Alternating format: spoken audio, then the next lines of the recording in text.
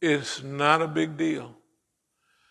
And I met him. He was working with, what's the name over in Baltimore? The Pakistani guy. His daughter comes by every now and then. They got a New Trend magazine. Yeah, he was with Kochab Sadiq back in the 70s and 80s. He was in the 70s and 80s.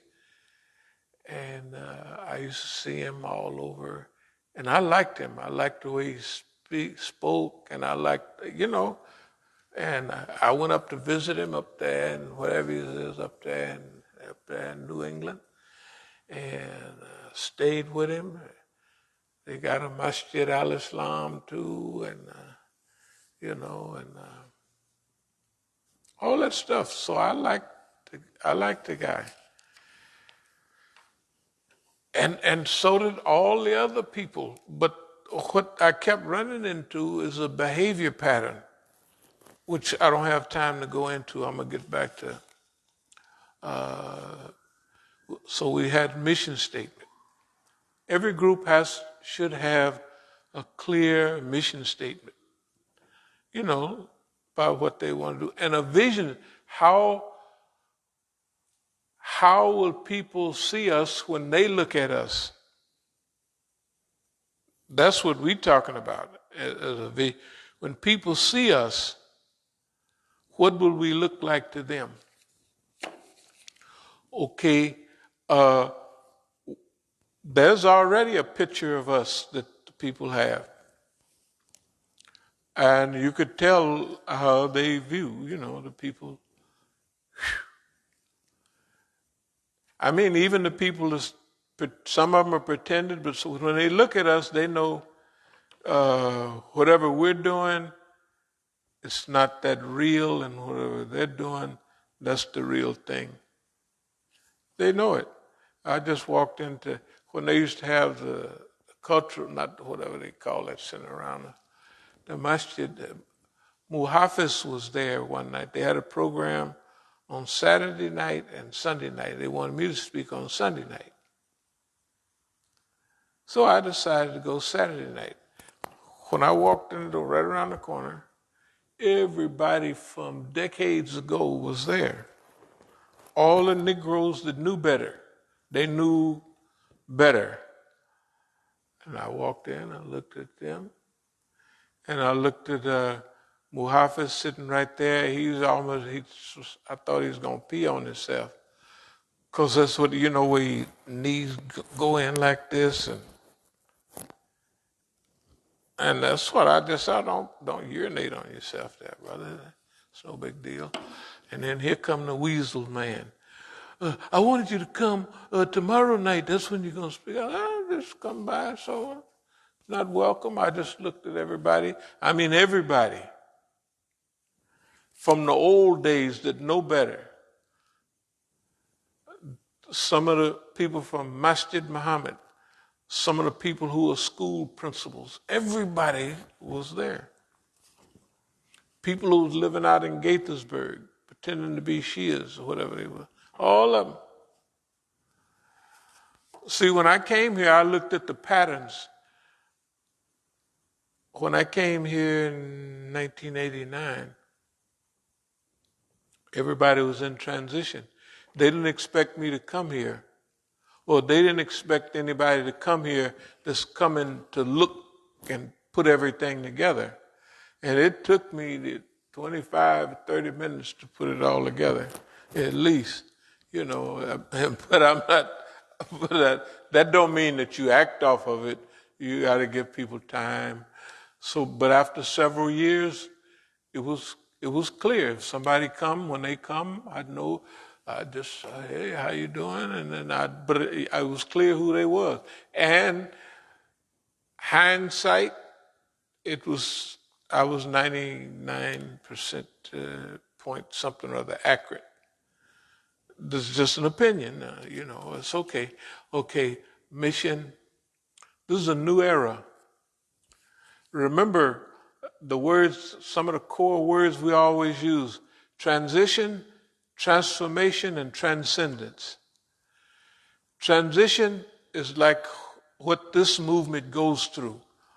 When we started out, now this includes our Jahiliyyah period transition from black,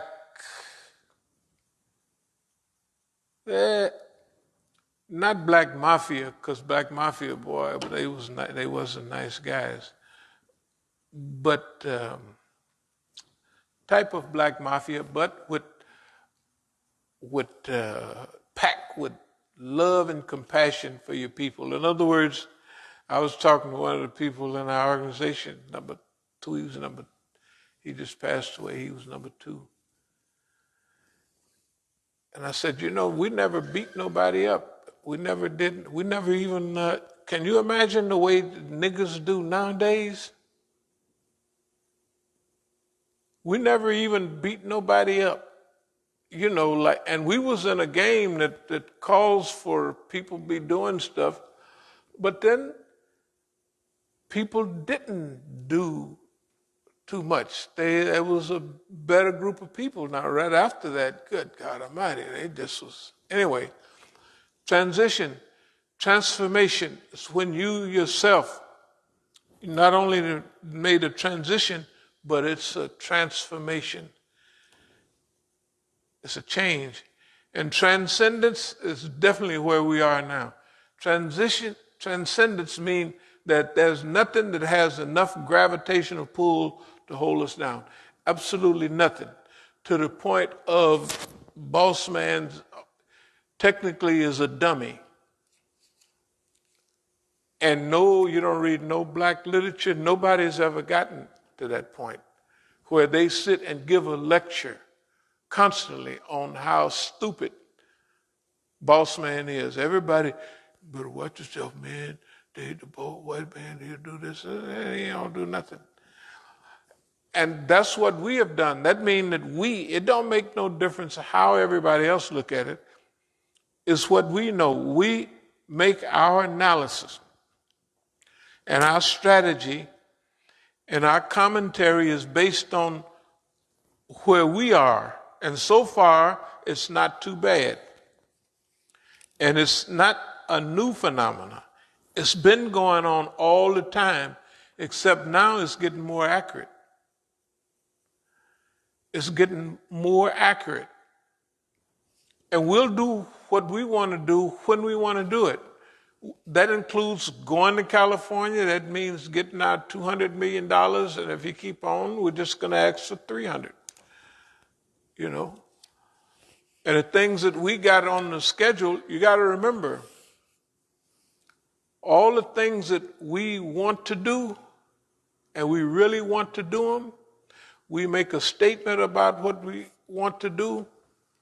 Now, just try to picture how fast things are happening right now. So if last summer, or not even that long ago, we wanted to go around to black colleges, and that's a wonderful thing. We will still do that, but we'll do it when we want. We don't have to do it next week. Are getting these big army posts, or whatever they used to call them,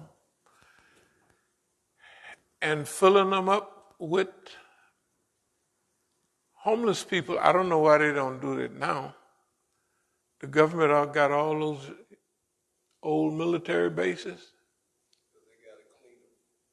No, but they can get the people. See, I know what you're saying. They would have to clean up the bases. Yeah. Well, like some, because I did some research. Right. A lot of those army bases may have some radioactive. Right, stuff like that, right. They got to clean up. Right. Like the old military shells they would find around D.C. from 1918, right up there in the Northwest. Right. Yeah. And some, they have done things with them as far as, sold them to the city and built condos on. Right. But for the people that really need it. Right. But that's another thing. People always talking about this is going to be that for the people.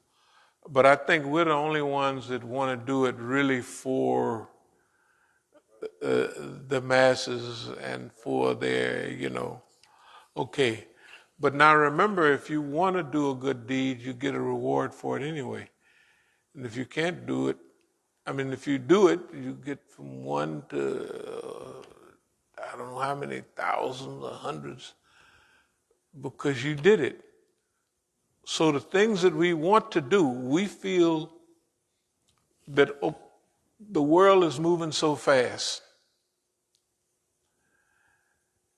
that like we have to pause right now. Like sometimes when we say let's wait till tomorrow to have a program, that means we just want to wait the news cycle to see how it's going to be portrayed. You know what I mean? We already have an idea. But so we're not controlled by them or that. We're going by our internal clock. Okay. Remember, As-Sabiqun, those who lead the way and those who show the way.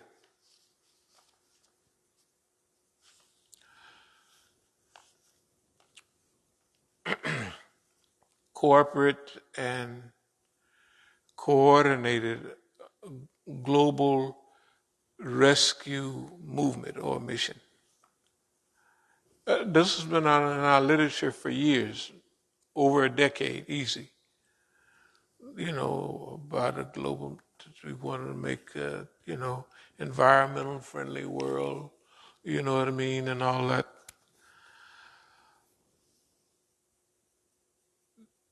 That's our intention also.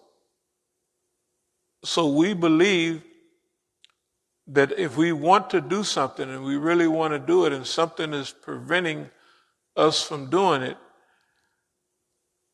at that time we still get the reward for wanting to do it. This is what the hadith say. We had an intention. This is our intention to do that. Okay. There's another thing that's going on in what we're dealing with. Man, there's some deep stuff going on. What delay means, what expectation means, like delay. One of the deadliest things that we've used against the system here is delay. They do stuff all the time. They thought they would do this in California, they would do this here, they would do that. And they figured that we'll wear them down, we'll make them crazy, we'll do this and we'll do that, right? And they're the ones that's gone crazy. They have technically, whether, it doesn't make any difference whether other people recognize it or not. We ran the white man crazy. And the Zionists with him. Yeah. And everything is going for instance, if you take our allies, our behavior is in sync with our allies or people who our behavior is in sync with Palestine. Palestine is surrounded on they can't, hey man, it is a miracle how whatever they do, right? They doing it. And then even if the Zionists go catch everybody that broke out of prison because they broke out of the penitentiary with everything, you know what I mean, against them. The most secure Zionist prison in the world. And they had everything but moats under the ground. They had dogs, right? When you look at what they had, okay, they had it all. And they got out of that penitentiary. What is, good God Almighty. You talking about Shawshank Redemption. Remember, they had the spoon had the naked white lady there and a spoon behind it. And he dug out that's why everybody relates to Shawshank Redemption and that, hey man, an old spoon, how you gonna dig out of that whole penitentiary? You're talking about patience. What are you gonna do with the dirt? Are you gonna flush it a little bit down the toilet? Do you ever go outside? How often do you go outside? You know what I mean? And if you do go outside, are you on concrete or are you on grass or what have you? You know, Allah knows best, but in them maximum security penitentiary, I don't believe, where did the dirt go when they talk? But anyway, that's the same position we're in. You got to look at, we are surrounded.